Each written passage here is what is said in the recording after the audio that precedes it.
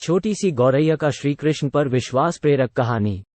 नमस्ते दोस्तों, आप सभी का स्वागत है हमारे YouTube चैनल पे। कहानी शुरू करने से पहले अगर अभी तक आपने हमारे चैनल को सब्सक्राइब नहीं किया है तो चैनल को जरूर सब्सक्राइब करें। कुरुक्षेत्र के युद्ध क्षेत्र को विशाल सेनाओं के आवागमन की सुविधा के लिए तैयार किया जा रहा था। उन्होंने हाथियों का इस्तेमाल पेड़ों को उखाड़ने और जमीन साफ करने के लिए किया। ऐसे ही एक पेड़ पर एक गौरैया अपने 4 बच्चों के साथ रहती थी। जब उस पेड़ को उखाड़ा जा रहा था तो उसका घोंसला जमीन पर गिर गया, लेकिन चमत्कारी रूप से उसकी संतानें अनहोनी से बच गई। लेकिन वो अभी बहुत छोटे होने के कारण उड़ने में असमर्थ थे। कमजोर और भयभीत गौरैया मदद के लिए इधर उधर देखती रही। तभी उसने कृष्ण को अर्जुन के साथ वहां आते देखा। वे युद्ध के मैदान की जांच करने और युद्ध की शुरुआत से पहले जीतने की रणनीति तैयार करने के लिए वहां गए थे। उसने कृष्ण के रथ तक पहुंचने के लिए अपने छोटे पंख फड़फड़ाए और किसी प्रकार श्री कृष्ण के पास पहुंची। हे कृष्ण, कृपया मेरे बच्चों को बचाए क्योंकि लड़ाई शुरू होने पर कल उन्हें कुचल दिया जाएगा। सर्वव्यापी भगवान बोले, मैं तुम्हारी बात सुन रहा हूं, लेकिन मैं प्रकृति के कानून में हस्तक्षेप नहीं कर सकता। गौरैया ने कहा, हे भगवान, मैं जानती हूं कि आप मेरे उद्धारकर्ता हैं। मैं अपने बच्चों के भाग्य को आपके हाथों में सौंपती हूं। अब यह आपके ऊपर है कि आप उन्हें मारते हैं या उन्हें बचाते हैं। काल चक्र पर किसी का बस नहीं है। श्री कृष्ण ने एक साधारण व्यक्ति की तरह उससे बात की जिसका आशय था कि वह ऐसा कुछ भी नहीं था जिसके बारे में वो कुछ भी कर सकते थे।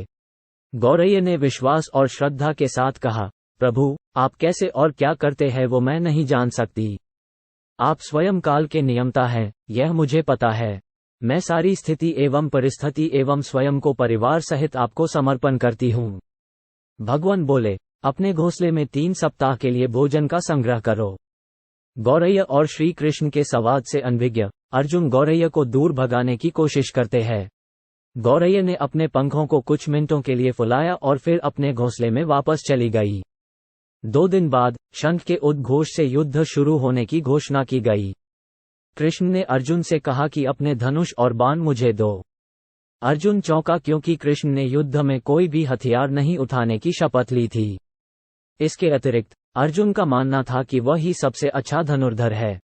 मुझे आज्ञा दें भगवान, अर्जुन ने दृढ़ विश्वास के साथ कहा, मेरे तीरों के लिए कुछ भी अभेद्य नहीं है। चुपचाप अर्जुन से धनुष लेकर कृष्ण ने एक हाथी को निशाना बनाया। लेकिन हाथी को मार के नीचे गिराने के बजाय तीर हाथी के गले की घंटी में जा टकराया और एक चिंगारी सी उड़ गई।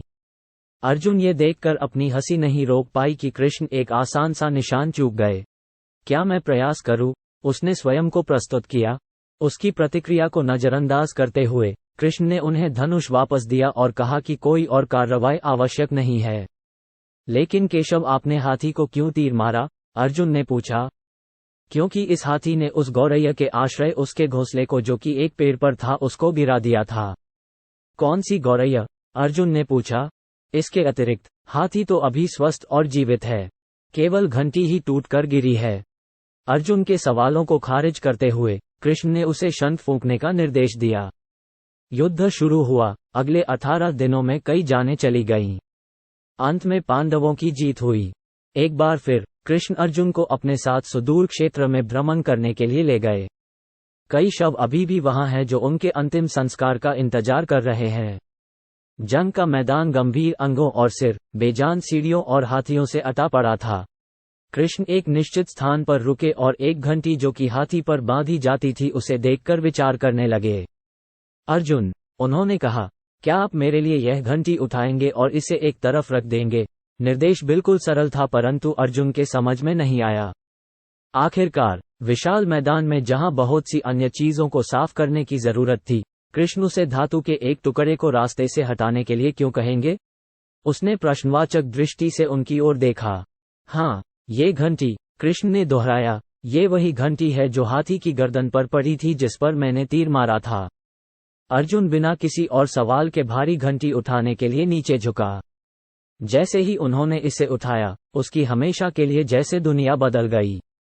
1, 2, 3, 4 और 5 4 युवा पक्षियों और उसके बाद एक गौरैया उस घंटी के नीचे से निकले।